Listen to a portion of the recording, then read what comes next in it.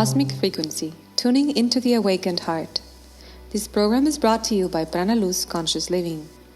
My name is Ana Lu, and I am the founder of Prana-Luz and host for the Cosmic Frequency podcasts.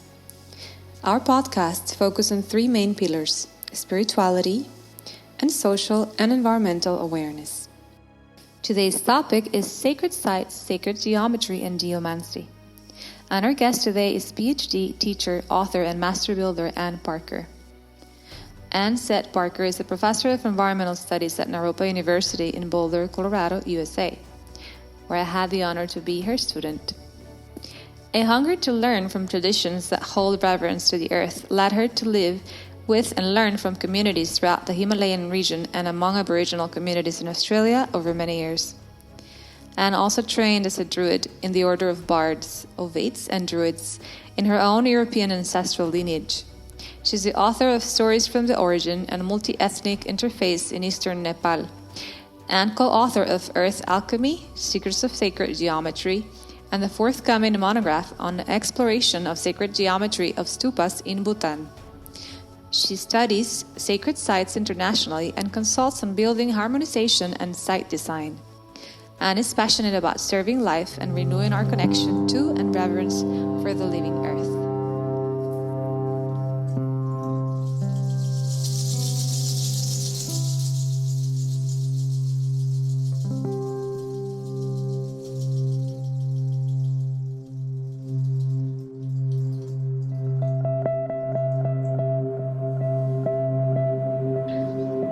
So hello, Anne. Thank you so much for joining me in this conversation. How are you? Wonderful. Thank you very much for inviting me to join the conversation. Thank you. I'm so honored to be sharing with you. As you were my teacher, and I'm a very great admirer of your work. So thank you. So today we'd like to talk a little bit about sacred sites and sacred geometry and your research that you have been doing in this field. So for those perhaps who are not so familiarized with this topic, maybe if you want to start a little bit by sharing with us about sacred sites. So what was this call for sacred sites, and how or what draw you to start researching about them? That's a wonderful invitation.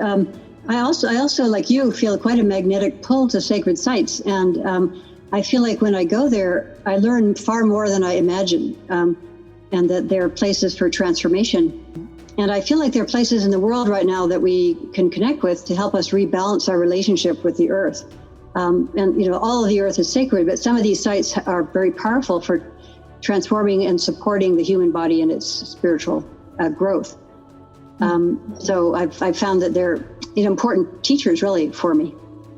Yes, beautiful. Yes, I also resonate with that. As every time I visit them, I see in myself this change, this experience of healing and some sort of awakening, even to different parts of myself, and it is an experience that is so valuable and interesting. So, what do you think it happens at sacred sites? What is it happening behind this energy that makes it healing and this connection with the earth? Well, I think there in a way we could talk about two kinds of sacred sites. One would be just the pure natural place, like Mount Kailash in Tibet, or Yosemite Valley. I mean, those are just beautiful, powerful, energetic mountain fields or valleys or forms that literally just draw us in, and we sort of automatically know it's a very powerful spot simply by feel. When I was a really young kid, I used to go to Yosemite a lot with my parents because my father was a rock climber, and I knew as we drove into that valley that the hair on my body would stand up. I just knew. I didn't have a language for it, but there are very powerful places that just feel like that. And then there are ones that have powerful energies that humans have worked with, like the Dome of the Rock in Jerusalem. The energy is there in the earth, and then humans have used the sacred geometry to magnify that and to intensify the connection there. So there's sort of different kinds of sacred sites that we can go to. And at the base, it's our connection with the earth through the context, I think. Beautiful. And your research, as I have been reading a little bit of your articles and following you for these years, has been more focused in Europe, right? In France, Spain, and in Bhutan, the late years, right? Well, yeah. So I've sort of studied the places that I've been in and also fallen in love with. So I spent many years in the Himalayan region and very affected by the both Hindu and Buddhist traditions about their connection to sacred places, the quality of practicing pilgrimage, literally honoring sites and going with great intention, to these sacred places. So I was very much entrained with that, and I had really lost connection, or maybe hadn't thought there was a connection with my European heritage. And so it was through some dreams and synchronicities and other calls, I was sort of called back to the European context through my work with the Black Madonnas. And through that, I realized that it was a living lineage and things were alive, and I could receive transmission from place. And that the older lineages of knowing in Europe could not be killed, no matter how much they were attempted to be crushed, over the centuries, that true heart connection could be made with places in Europe. So I took some time there because that is my heritage, and I wanted to understand its life and to recover my relationship with that. Beautiful.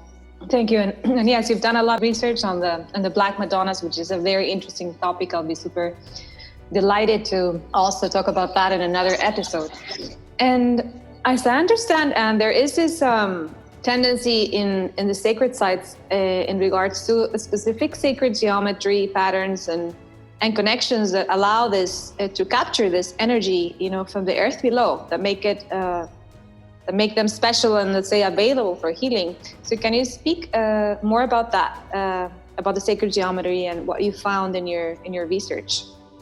Yes, I'm going to sort of speak both from my sort of direct sensing, and also from essentially the French Druidic tradition, which is part of my lineage, the sort of in the kind of the ancient European language about sites. And so what we can say about one way of talking about sacred sites is that there's earth energies below, and these are like the movement of underground water, as we know it, naturally in the underground water movement in the earth, and also fault lines, small movements and shifts and cracks in the earth's surface, and these create energies that are pretty intense, and they can be used or worked with in sacred sites. And so essentially, and I'm speaking for Europe because that's where I've sort of focused a lot through this lens, is that the ancient peoples in all the parts of the world, and I'm now speaking for France and England and places I've worked in, they knew the ancient sites. There were some powerful spots, and so that's where people would go to create the ritual, the ceremony, the transformational places. And then later, when other peoples came and conquered, people would take over that site and build a church on top because they knew people would go there, and they also knew that it was a powerful transformational place. And so, over time, people have understood that there are certain places that are very powerful. And of course, we can also develop new sites and new places, but some of the most powerful ones have been known for probably millennia. Yes. And on top of that, then the sacred geometry. So those are it's sort of like one analogy I used in our book, Earth Alchemy, is that it's kind of like, actually in our new book, in the Secrets of Sacred Geometry, it's kind of like having a watch. You can have a beautiful watch, but if it doesn't have any batteries, then it's just a pretty item. It doesn't connect us with the cosmos, the ticking thing. So the earth energies are like that battery inside the watch.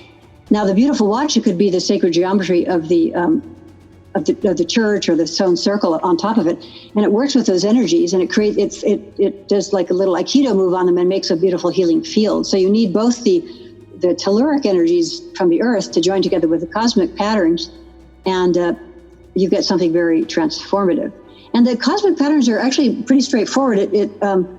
And we've been able to find this in looking at case studies all around the world, is that it is the pattern of the rise of sun on the solstices in your latitude. It's a very special shape. It's not the same at different parts of the world. So you can't just use geometry in a set way. You have to tune it with the movement of the sun rise and set in winter solstice and summer solstice. And then you have a pattern which our ancestors have used everywhere in the world to bring the cosmos and the telluric energies together. So they were intrinsically connected with the cycles of the earth, right? And the sacred geometry to build these megalithic sites. For sure. And you look back thousands of years and you realize people knew what they were doing. They were the great master builders of all of our lineages, really understood. And now, some people, nowadays we can do it with a bit of mathematics, but people did it by watching, literally watching for a year perhaps before building a building to get the harmonics right, and also feeling it in the body. If a building is well harmonized, you will feel it. the power of it. You'll feel your chakras line up and the central channel open. And you'll feel it. If it's not harmonic or it's fallen apart with centuries, you'll feel a little bit less, you'll feel disconnected. So our bodies become the real measure for the power of the sacred space, the built sites. And then maybe for the listeners who are not so familiarized with sacred geometry or geomancy, do you want to tell us a little bit of what that is? Yes, that's really helpful. So the word geomancy, as used in Europe, is a little interesting, and the term has evolved. I mean, I think somewhere, in the Middle Ages or something, geomancy was a divination for looking at markings on the earth, and there were also sort of some signs that people developed, maybe perhaps sort of like a divination, like throwing dice or something, or it was a divinatory thing. So it's not really the right word for what we're using it for now. It's changed, and the way that I'm using it and my colleagues is that it's sensing the earth energies with the body. So it's using the body to read the earth energies, so then you can understand where to harmonize a home, or to build a temple, or build a beautiful harmonic garden that flourishes. It's using your body to sense. So I would just call that geomancy, as I'm using it, is sensing earth energies and then being able to work with them. Mm-hmm. Beautiful. So it does imply connecting with our senses and perceiving and intuition, right? So yes, and actually it's worth describing a little bit how I'm meaning it, because our body is the tool, and we or whoever the person is, you have to get out of the way, and the earth energy moves through you. That's how you can figure it out. If you're thinking, it doesn't work. So it's actually a meditative practice where you have to set your intention for the benefit of life. And then your intention, I will sense and feel the natural underground water in this place. And then you don't think at all. And then the body can take the reading on it. As soon as whoever the person is out of the way, then it can read the body energies. So it's a beautiful meditative practice, and it's really beneficial to the person who does it. Yes. There's another important point about sacred sites that's very useful to understand. They may be holding the morphic field or the historical energy from something in the past that may be challenging. I first noticed this at Mont Saint-Michel in France. I went to the beautiful site and I loved the island, but the buildings felt so deeply sad and tragic. And later I learned that it had been a prison for people who'd been tortured and kept there. So it's very important to notice that you may end up in a church or a site of any kind that has those kinds of sad historical energies. And what I've chosen to do is to just sit there, to hear the stories, to feel the pain, and to just work through that, and let myself finally drop into just connecting with the earth below, with a fresh start in the deep relationship with the earth. For me, I was worried in some of the churches about the sense of the Inquisition and the witch burnings and the impact on women. So it was really important for me to sit and be present and to acknowledge and deeply see and feel the historical past, and then become present in the present moment. And maybe we can talk more. I read your article that spoke about different ways of sensing, or let's say testing, or methods used to test the sacred geometry, right? Of how we start mapping these patterns. So there was something that is called the fire line, right? That you mentioned there. Maybe you want to explain me a little bit about that and our listeners. Right. So sort of sticking. I mean, maybe we'll come back to sacred geometry in a bit, because that's maybe the cosmic part. But the telluric part is the real energies of the earth. So the movement of underground waters is easy to understand, because we can imagine that. But the fault lines are a little bit different, and then they're often, at least in the European tradition, they're called fire lines, because the earth, of course, the inner earth is fiery and molten and highly heated, and so but because of the movement of the earth, there are cracks. I mean, literally small fault lines, not something huge like the San Andreas Fault in California, but small movements. And when the earth has those movements, our body is sensitive to those fault line places. So one works with those in the sacred sites. And also, actually, for ordinary life, you don't want to be on any of those lines. They're too energized. They're too taxing on the body. So, and in fact, if you're sleeping over a fire line, it can be quite carcinogenic. Mm-hmm. And this was just initially rediscovered by a French veterinarian who who had kept wondering why these animals were sick year after year, and he finally said, "I have to go see where they live because this is crazy." And so there's an idea that for ordinary lives, you want a neutral spot. You don't want these powerful energies, but for a transformative temple, you want to go and work with it.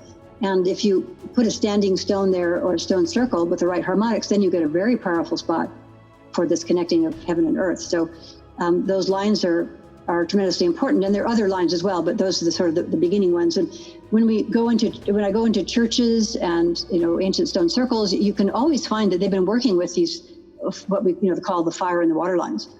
You can find it literally everywhere in the world. I found it in Bhutan. I noticed it in places in China. I noticed in the Mayan pyramids, and I've looked a lot in Europe. And different cultures made different choices. I noticed that in Spain, the churches really work with the fire lines. It's an intense transformative energy. But in France, a lot of the churches, many of the churches use water lines, which is more of a softer flowing energy, except the Black Madonna churches use the fire energy. So people in different cultures have chosen to work those energies different for transformation. So do you think this is the core of what attracts us to these places, or the core of what some of us feel drawn, right? Yeah. So, you can go to a beautiful place and it might be nice, but people feel very strongly about some of these old sites that are still functioning. And it's really compelling to the body, because when you have this combination of the telluric and the cosmic, lineup, so to speak, your whole body feels it. You're literally, it's supposed to support your practice. So that means that, you can work hard to kind of relax and open your central channel and make your chakras, all open. And that is our responsibility as humans, to do our deep spiritual work. But it's nice to be supported and also to have the body remember, maybe in the ancient days you would walk, and maybe once a year you would go to the great sacred site, and your body would be lined up and you'd say, oh, that's the template that I'm seeking, how to balance my life and my intention for life. Yeah. So people understood that those were places that were meant to do that and meant to help you. Yeah, beautiful. Yeah, it's been my personal experience like that when I visited places in India or Stupas or the Mayan pyramids or different locations, that I also find myself walking and experiencing different energies in even the same place, right? Like different callings, or I feel like drawn to go to a specific place or maybe stay there and meditate. Or so within these structures, I guess sacred geometry takes an important role in the definition of which specific areas are kind of like key points for this. Yeah, and I probably should maybe say a little bit about this. I mean, we use the term sacred geometry because many of the ancient things that were built, that were temples and stone circles and things, were used for ritual and for spiritual purposes. Mm-hmm. But literally in the ancient cultures, everything was built on these principles. So it isn't just about temples. It's about working with the balance of places. So sometimes we like to just call it natural geometry or energetic geometry, because it's what our ancient ancestors used for everything. I mean, the what people call the yurts or the gers, the Mayan homes, the Roman homes, they were all built on these principles. So people's lives were very harmonious, and they use these methods, very simple method of lining up with essentially your latitude and the angles of the sun, because your body can feel it. So the geometry it is actually, in a way, it's simple, and yet and very powerful as it joins with the telluric energies. Yes. And have you found certain specific patterns of this geometry, like circles or triangles or specifics that are like commonalities between these sites? Yeah, so what we've noticed in this, I'm just mentioning it because it has some case studies. Our recent book, Secrets of Sacred Geometry, and it says Solar Geometry for Life and Health, is that people use the same pattern. So what's called the solstitial quadrilateral is this shape that if you stood, like you wanted to build a building in the ancient days, you would mark a stick there in the beginning where the building was, and you would take a careful angle on when the sun rose on winter solstice and when it set, and summer solstice and when it set, and you would have this particular pattern. And so that pattern shows up everywhere. And literally when we kind of if you look at, I was asked if I would do a little bit of a study on the great stupa of Swayambhunath in Kathmandu.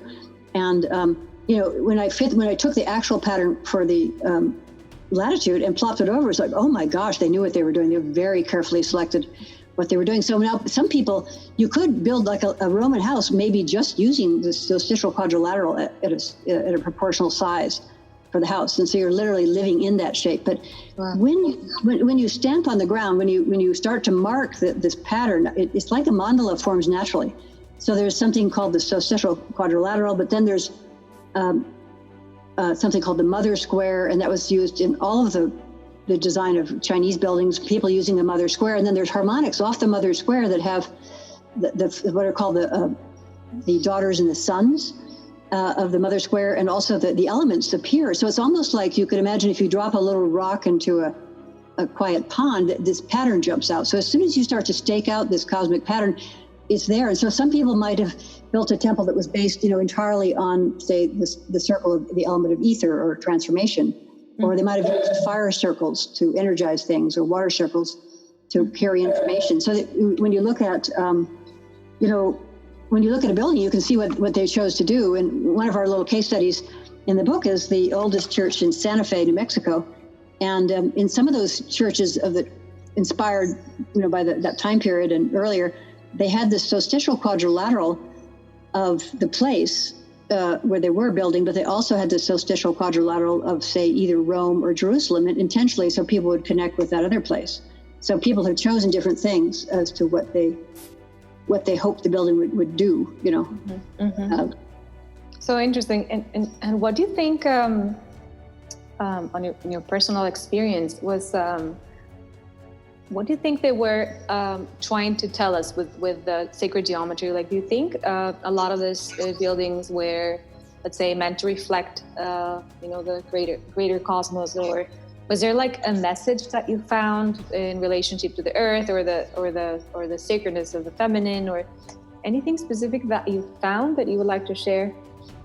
Well, no, I think there's probably a lot of things, but for me anyway, the shared purpose was really to, create a harmonious space that would magnetize and support life. And so that when people would go there, they, this quality of feeling uplifted and supporting your literally your body, your health, and your spiritual practice. Mm-hmm. Now, people may have chosen different things inside that. For example, like I mentioned, that the Black Madonnas in France happen to be more on the fire lines or something like that. So it's different temples may have chosen different harmonics and energies for a particular reason.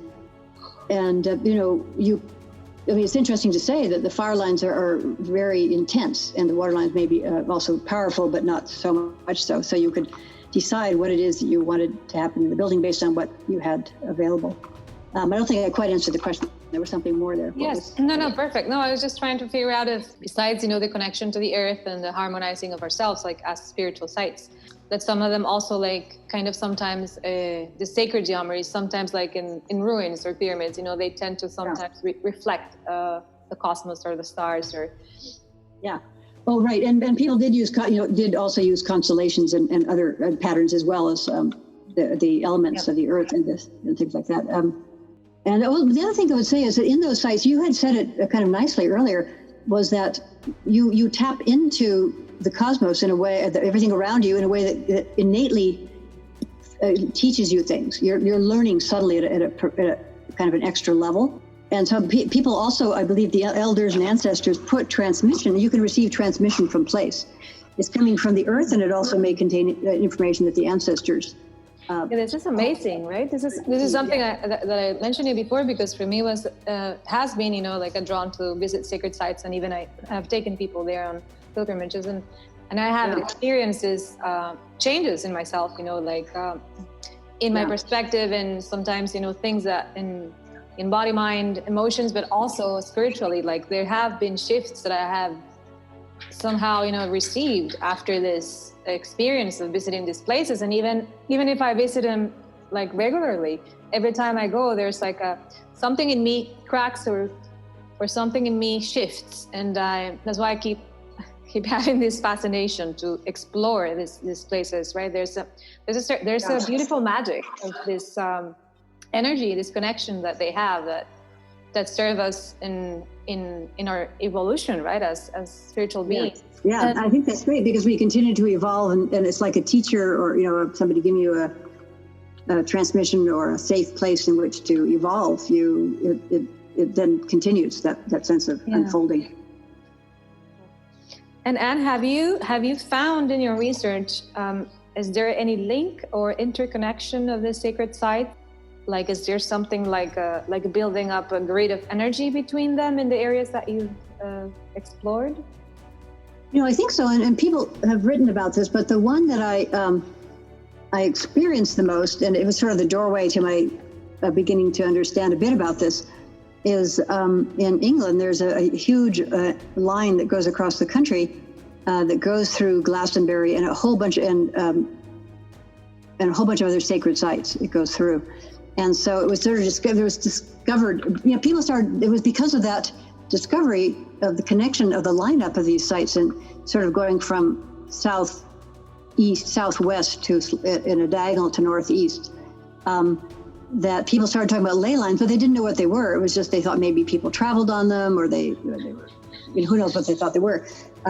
But they began to realize that it was based on a large earth energy alignments, and it makes sense when you're there. You can begin to feel that, and so it's a longer story. But I saw that became very well documented by a dowser and somebody who was very skeptical who went with him. And they were able to understand the connection between many sites in England. And so I believe that the other lines across Europe and other parts of the world are true. I just haven't maybe done further research on that. But I think when we look at that one line in England, you realize that, maybe 2000, BCE, they call it now, BCE, people understood an entire landscape and its connection, and they could feel it. And so that's, they didn't have airplanes or maps or anything the same way, but they could actually make those connections across the land. So once you notice that that's working, you might feel that it's quite plausible. Yeah. Yes, very interesting. And how do we approach these sacred sites, or how do we work with them? What is what is the intention that, let's say, we should have when we visit these places? Yeah, I think it's great, and everybody will experiment with what is their approach, but I think openness is the most important thing, because when I had gone in the past to England, I was very closed. I was mad at my ancestry and the colonialism and the destruction of, I lived in Australia with Aboriginal people and the destruction of their lives, and I was in a bad mood, and I wasn't open.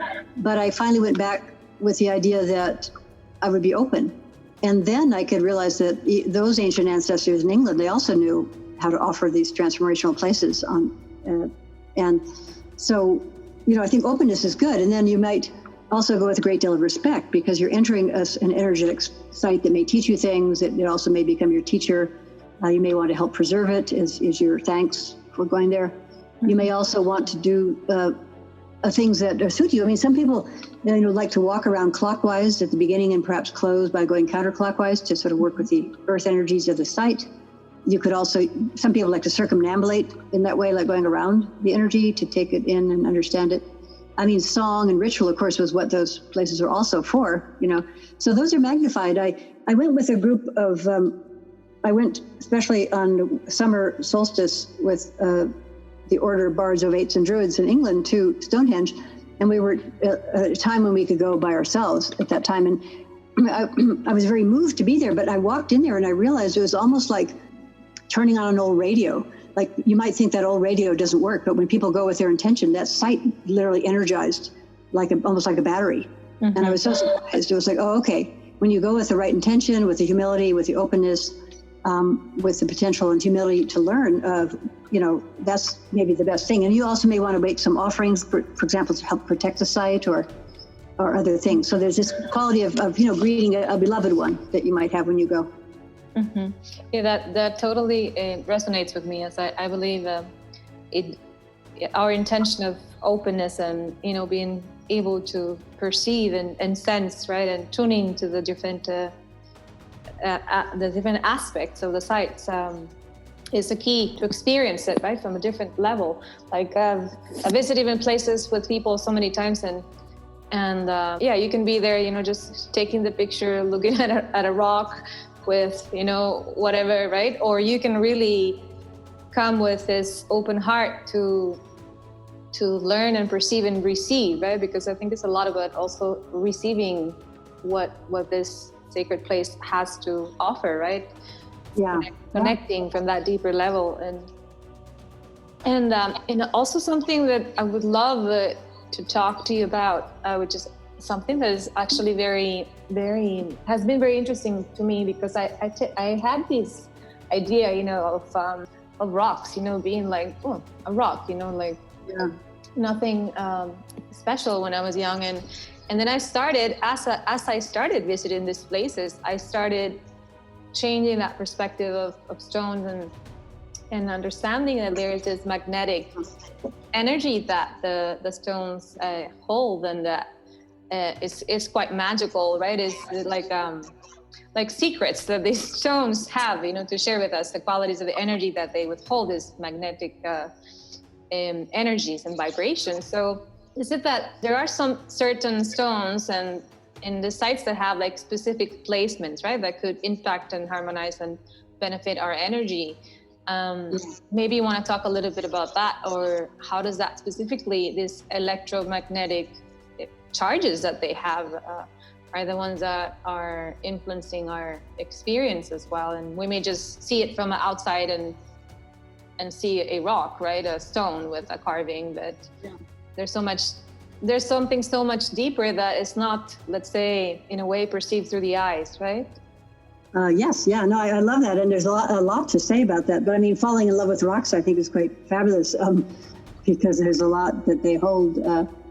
I mean, they're holding really the history of the earth, the connection of heaven and earth and the cosmos, and I mean, so many things that they actually know, So maybe I'll just use one example that talks about how stones play in the role of working with sacred geometry. So a standing stone, a well-placed standing stone, you need to pick the energy below. You might pick a crossing of an earth and a fire line, or two water lines or whatever, to place it on so that it's energized. And then when you place that, so that when you do place the stone, it creates an energetic field around it that's very healing and transformational. It goes out quite a distance depending on the size of the stone and the weight. So it creates a healing field, like an antenna or a radar. And people often would use granite granite sort of got little crystals in it. So it's a stone, some kinds of stone work well for being those antennas or those kind of transmitters of energy. And then when you would place that stone, you would very carefully determine which way is up and which is down energetically by feeling the stone. And you would also work with, when the stone was formed, it was some kind of molten form, even if it metamorphized, it was earlier before, a molten thing cooling. And all the little magnetic particles there would face to the north at the time that it formed. So it has it's called the north of form of the stone. And you also have the north of form of the larger stones, behind, the larger infrastructure of stone below it. So you carefully line up those parts of the stone that are leaning towards north and line them up in such a way that further activates the stone. So there's a way in which the stone is performing a beautiful act of creativity with its energetic field to create a field of healing as humans place it there. So that's one relationship between humans and stones, but there's many actually. They're, I would just say, knowledge and wisdom that the stone holds. Amazing teachers. Have you been able to verify that within, let's say, the framework of a sacred site, were these the most charged, let's say, were these connected to places where they actually did like rituals or some sort of spiritual practice, or, within this framework, are there certain specific ones that are kind of more charged than others?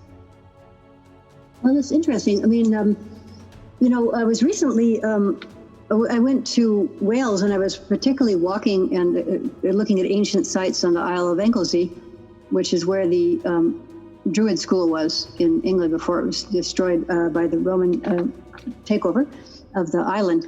And it was a great school, and many people came to study there. But they have a lot of sites on the dolmen and standing stones and things on the island. And I was also looking at some circles in other parts of Wales as well. And people worked with what was available in the land in terms of the earth energies and maybe even the stones available. And I was looking, as a friend was showing me this one site that was in another part of Wales. Then, we went to, there were these two stones, and she wanted to understand what they were. And one of them was functioning beautifully, but one of them had been knocked off. And so you could tell the difference between the one that was functioning and the one that wasn't. So there's a way in which, people, you can tell the difference with your body, how it's functioning or no. So I think people, so that would make a difference between an ancient site that's functioning and one that's not, if it got too sort of messed up or brutalized or crushed or something. Some places have very powerful energies, like people, are really drawn to the Callanish stone circle. So they're ones that have a lot of stories about them because they are tremendously powerful, and others that may be more gentle or more, suited for a smaller ritual or something. But as far as we know, people did use those for purposes. And the first time I went to something like that, I went to Brittany, and I was suddenly looking at all the stone alignments there, and I got out of my car, and my mouth dropped open because I was kind of new to this work, and I said, these are not observatories of the cosmos, they are transformatories. You could feel it with your body. So it wasn't just like we're sticking stones around so we can measure when the sun comes up. It's actually striking the pattern that transforms. So some are very famous perhaps because they didn't get destroyed over time, or because people just understood them to be tremendously powerful. That's a very beautiful word, transformatories. I like that. Yeah. And Anne, in regards to I think we talked a little bit about this, but I wanted to go a little bit deeper. In regards to the geomancy and the sacred geometry, that we share that there are some, similarities between the sites or the energies, but in regards to the sensations or the feelings or the energies that you have perceived, have you found any commonalities, like patterns within that framework of energy, let's say? Let's see, I'll just say what's coming to mind is that when we go into what we think is a well-designed church or stone circle or something, it's literally the tool that you use is your own central channel and chakras. So the site is supporting you to open, but you can also read the site by feeling that. You might get to a site and it somehow the energy is sort of stuck in your throat and you realize, okay, it's not kind of functioning, would be one approach to it. And then there are ways, like, for example, you had talked about that little labyrinth that showed up in one of my articles, and this is something from my French colleague, Dominique Suzani. If a church is well placed and it has beautiful proper shape of the church to hold the field, if you walk into it, you should touch the building as you walk in, because then you pick up the energy pattern of that, and it shows you walk around the corners of the church and you go around the apse, which is usually a very powerful part of the church, and then you touch as you go out, so that you pick up the energy of this whole harmonic of it. You use quiet walking meditation and touches. You went out, and the first time he asked me to do that at the cathedral in Caen in France, I just thought, oh, this is very nice. It sounds nice. And I was literally staggering when I walked out the door, and he smiled because I had taken in the entire energetic pattern of that church, and it was beautiful. So there's ways in which you can enter a space, and touch and feel the field through those relationships, if that makes sense. That's beautiful. Yes. Since I'm a musician, I love seeing it in a way of, let's say, vibration and harmonics. Like, there's theory, right? Like even Gaia, like the Earth has different sites that are kind of like harmonizing in different frequencies with different chakras, right? There's this idea of that. Yeah. And I like thinking about it like that. Like, whenever you tap into these places and you visit them, the specific harmonics and vibrations are like, different tones or notes, right? And that we kind of like tap into this field, and then that note or that chakra activates. And then the more we go, it's somehow like, or the more we visit these places in different parts of the world, across continents, it kind of like help us create the whole musical scale, right, of ourselves and connecting with our chakras as well. So it's beautiful. Yeah. Yes, I think there's a book, I read a book that was written by an author trying to sort of analyze Chartres Cathedral in France, and he described sacred geometry as frozen music. And in the French Druidic tradition, the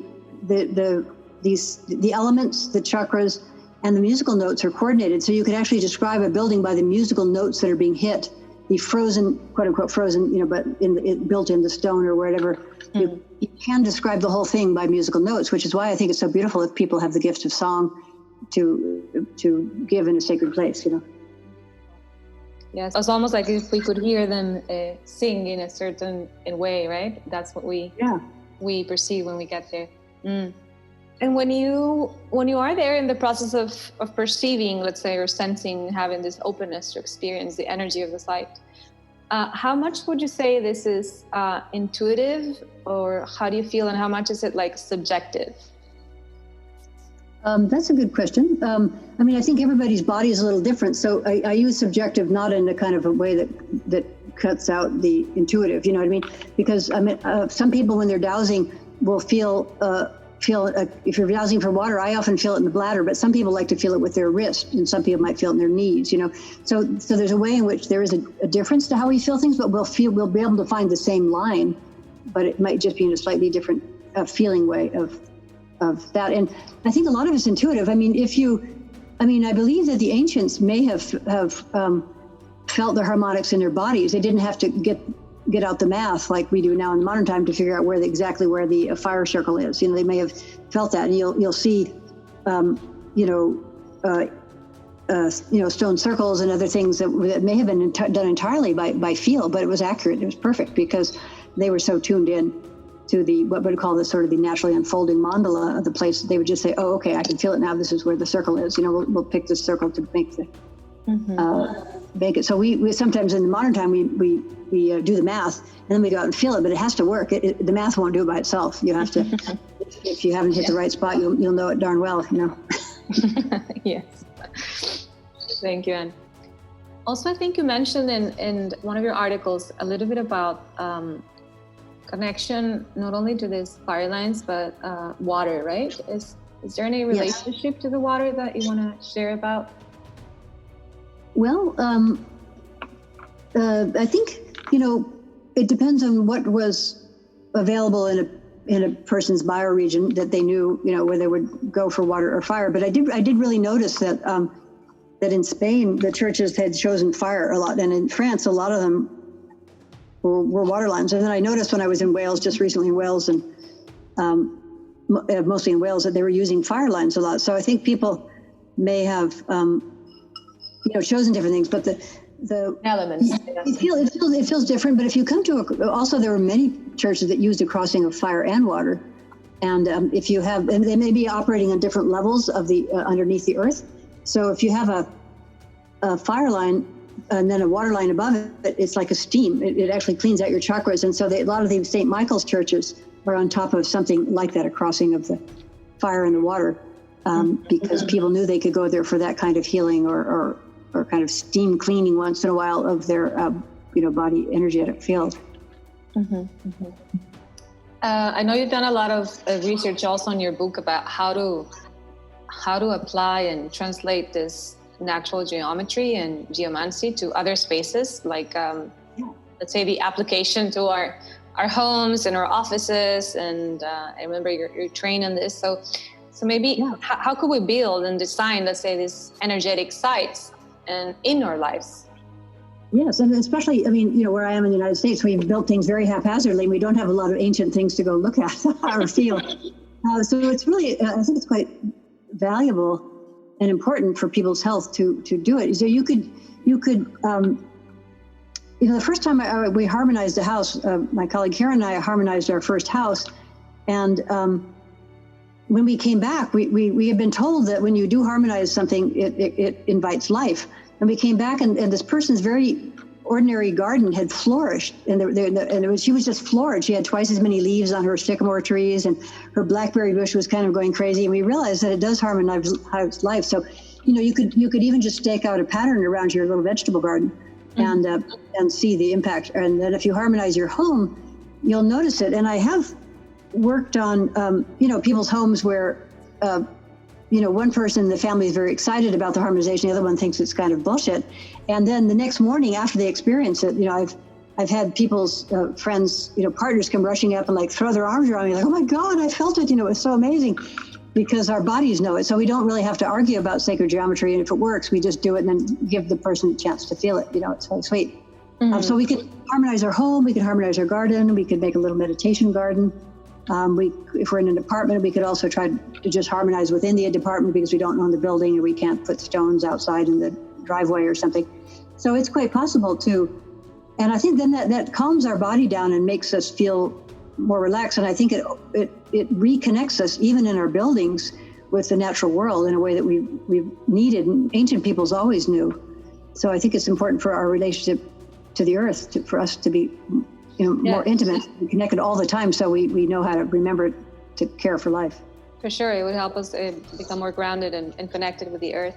Like I live in Bali, and I love the designing of the houses because they're so ancestral, and they do all the housing design based on the coordinates and like the temple. I don't remember specifically, but let's say the temple has to be in the south, and the garbage has to be there, and the entrance and the bed has to be in a certain way, and the temple has a lot of the specifics, to the building and the direction of the temple.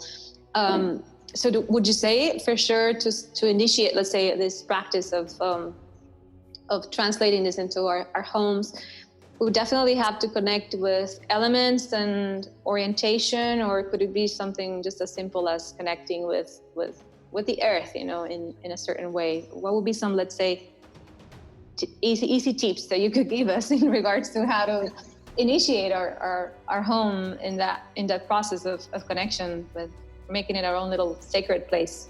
Right. Well, if I, maybe I'll sort of start by saying, if I was, having a lot of choice about where to place my perfect home, I would place it very carefully. I would look at the larger landscape, and its connection with the overall energetic field of, say, the valleys and mountains and things. And then I would build it on a neutral spot, so I wasn't taxing my body. And then I would use sacred geometry to build the space. But I might also then incorporate other things inside, like some of the ways in which feng shui is used indoors, to harmonize locations, or other equivalents, like maybe you have in Bali, about how people might place certain parts of their homes and their lives. So I would sort of use a combination of good ideas to do that, But it's the solstitial quadrilateral is something fairly easy to find, and it can be used if you have a little space around your house. You can simply set out the pattern of the solstitial quadrilateral. It's the easiest thing to do.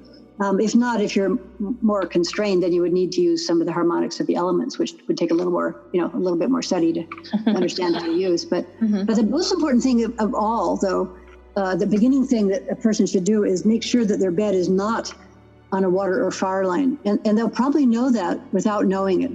For example, I had a friend, and she invited me over to her house, and her husband was sleeping happily, and he couldn't figure out what was wrong with her, and she couldn't bear to be in the bed. And she went, and it was messing up the relationship. And she was going to sleep on the floor in the living room. And then I went in, and it turned out that he was on a good neutral spot, but she was on a fire line. And so she was really unhealthy and unhappy right next to the other person. So sometimes if you have to she finally, after struggling for so many years, decided to ask somebody, because she thought she was out of her mind, but it turned out she had a good reason for that. So we want to make sure that we really feel good in our bed, because then we aren't taxing our body, because our body's at relaxation night, so we're more impacted by something under. So you want to make sure your bed's in the very best, truly harmonious place. And you may have slept on a bad spot for so long you can't tell the difference, so you have to just carefully test, And then also, if you sit forever and ever in one particular chair and work all day there, you should also make sure that spot is not on a fire or water line. And with those two things in place, you can live a lot more happily, even if you haven't yet got the tools to harmonize the place more substantially. Thank you so much for those tips. It's definitely an invitation for connecting with a somatic experience, right? Or tapping more in how everything feels in the body, right? Which sometimes we tend to think that that's not related, right, to our experience of emotional distress or whatever, positive or negative, let's say it in that sense. But definitely it influences ourselves, right? Even having a little green area, or the way we interact with our space. And now I think is really important, because we are now having this, parenting in our homes, and that could be completely influencing our emotional experience in the houses, right? That's really good. I like what you said. I mean, ultimately we do have to trust the intuition, and it may be maybe the first moment when you walk into a house, you feel it, and then you sort of override it. Like I went into a friend's place that was very beautiful not too long ago. It was really lovely. But it had a sinking feeling, like there was a certain part of the living room that just felt like you were sinking into a hole. And I thought, I don't really like sitting over there. And then, of course, when I carefully doused it, it had some fire lines there. Oh, and it had another really fun story. I've got a friend that helps people. She lives in New York City, and she helps people to declutter their houses and really uplift their life in the sort of beauty and simplicity. And I looked at her house, and there was her house was very lovely and harmonious, but there was one corner where people were just dropping shoes, and there was a bunch of junk over there. And I went, and it turned out it was the fire line. Nobody wanted to be on that little spot, so it became the junk zone. So she realized, no wonder we kept dropping our junk there, because we didn't like that area. So you kind of trust your sort of very almost childlike awareness of like, the living room feels like it's sinking, or that corner feels awful, so it's piled with junk, So you really want to trust those things, because they may well have this good reason for it. And then once you know how to do that, you can, harmonize or choose to avoid sleeping on it or whatever. Mm-hmm. Is this information also on your book, Anne? I'm sorry I've written less articles, but our book that's published by Fintorn is called Earth Alchemy, Aligning Your Home with Nature's Energy. And that book is really about the sensing the earth energies part that we've been speaking about. It also talks about how to place a standing stone and how to harmonize trees and stuff. And that's useful. And then the most recent book, Secrets to Sacred Geometry, Solar Geometry for Life and Health, it goes into the geometry part, the solstitial, quadrilateral, and how to find the circles and things like that. So they're both very practical things that people could use in their home. It was meant to be. That's beautiful. I will definitely share the links here on the podcast info so that people can connect with you and read more, about this. So interesting and so useful for our health. Thank you, Anne. I wonder if perhaps you want to share a little bit about the work you've been doing in Bhutan. And I know you're now on sabbatical, and you have been working for Naropa for how many years? Ooh, it's 25 years. Wow, yeah. And I had the pleasure to be your student. So, and I know you've been doing this work in Bhutan, and also in regards to this specific also about with the Stupas. And is there anything you want to tell us about your work there? And you just mentioned to me before that you did that work, but it hasn't been published yet. So I would love if you can share a little bit about that. Well, I was have the good fortune to lead for a 5-year period our overseas program there for our students. And Bhutan is a culture that has worked very hard to protect and preserve its traditional practices, its traditional buildings, its even traditional clothing.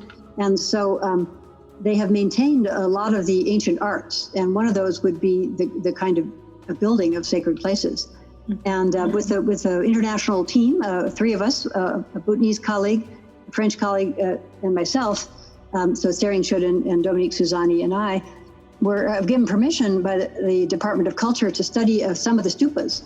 And that was really a great thing, because one of the things that happened with that study is you can describe to people why they should protect their own sacred sites. They know the ancient stories, they know that they practice and circumambulate and say prayers, but some of the younger generation are getting a little fuzzy on that. And when we can sort of describe why a site is powerful and why it's useful in your daily life, that was one of our goals, was to be able to explain that. And so that visitors who might not understand it, or young people who aren't sure about what the older generation is saying, could really find it. So in Bhutan, they used a lot of water lines, big water lines under some of the stupas. Crossing the water line seems to be a popular choice.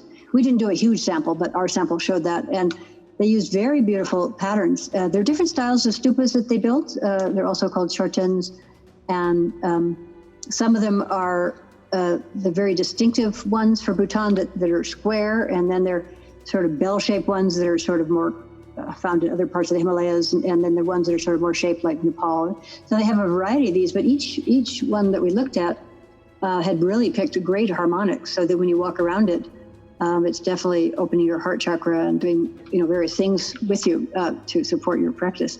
So it's delightful that we have a little sample, and it may become when it's out, it may become a textbook for a School of Cultural and Languages study for students to just be able to understand, what all goes into these amazing things that they've preserved in their culture. That's wonderful, yes, so that we really, really learn to value and appreciate and take care of these sites, right? It's such an important work. That's great. Amazing. Thank you. Before we finish, I wanted to talk to you a little bit about, ask you some questions, because I had this idea to do this podcast to start creating more awareness, of how to live consciously in general, right? With ourselves, with the other, and with the environment. And so I'd like to hear your perspective. How do you believe we can work on evolving into a more conscious self and into a more conscious society? Yeah, it's a beautiful question. And what comes to mind is, strangely enough, is slow down, to really understand and value our relationships with the natural world and, the more than human world. Mm-hmm. And even go more deeply into our relationships, which our virus has sort of been teaching us, is to take time to explore the beauty, not rush past what's there, so that we take the time to care for the earth together. And teach that to children. And I love what the Dalai Lama said. I read a quote, and he said, "My religion is kindness." So I think kindness is probably one of our biggest tools. Mm-hmm. Is to listen deeply and to act from the whole. I mean, we're part of a living fabric. We're not separate from each other or from the living earth, or even from the cosmos. So there's some way in which we need to remember what we know, not to rush by and to take the time to bring forward the skills and gifts we have to balance with the earth. Mm-hmm. Thank you. That's beautifully said. Thank you, Anne. And if you just had one chance to share the most important message that you consider humanity needs to hear right now at this present moment, what would you like to share? Oh gosh, it's almost like the heart wants to speak, and I don't know, it has its own language. It's like it wants to say. So here's some work that might give a small glimpse at what the heart wants to say. And I would say that I would invite all of us, myself and all of us, to put all of our attention, our intention, our love, our prayers, our action, our creativity, everything we have, put it to rebalancing the human relationship with the living planet. And, on behalf of life, this is what we need to do. And I think everything depends on this. We need to retake our place in the harmony and the symphony of things of life, So whatever that means for the individual person, put everything into all your heart. Thank you, Anne. Thank you so much. Yeah, thank you. I don't know if there's anything else you would like to share in regards to anything that I missed out on asking that you would love to share with people? Well, maybe just, for folks who are listening, it may sound like it's kind of fancy to do the geometry or something, but just really pay attention to the energy of places and let that be something that becomes your natural awareness, so you just open your heart to spaces and places as teachers, whether it's, going off to a faraway place or being right in the backyard. I think we just need to re-see everything as sacred around us. And that it fills your heart so much. You're not in such a hurry to fill your mind with other things if you feel, centered, placed in love and held by what's around you. So, just begin to play and fall in love. Thank you, Anne. It's like an invitation to connect with the earth and its sacredness, right? Yeah. Everywhere. Yeah. Thank you so much, Anna. I've enjoyed a lot talking to you. Thank you so much for sharing about your super interesting research and all you've been doing these years. And I would love to talk to you again about your work in the Black Madonnas and Sacred Feminine. That's a very interesting and exciting topic also to share. So I hope I can have some time to interview you again soon to share about the wisdom of the Black Madonnas and the Black Virgins and all the mystery that entails. Certainly, and thank you too. It's just delightful to talk with you, and as you ask your beautiful questions, it teaches me as well. So thank you very much. Oh, thank you, Anne. It's been a pleasure. So I'm very, very honored and grateful to be sharing with you today. Thank you so much for your time and energy and the beautiful work you're doing for the world, for the earth. Thank you, and you too. Thank you. And for the listeners, well, thank you so much for being with us in this episode. I'll be posting more episodes soon. And if you have any questions, I'll be sharing Anne's information here on the post if you want to connect with her and if you're more interested about her books and her publications and her work so that you can connect. Thank you and have a beautiful rest of the day. Bye-bye.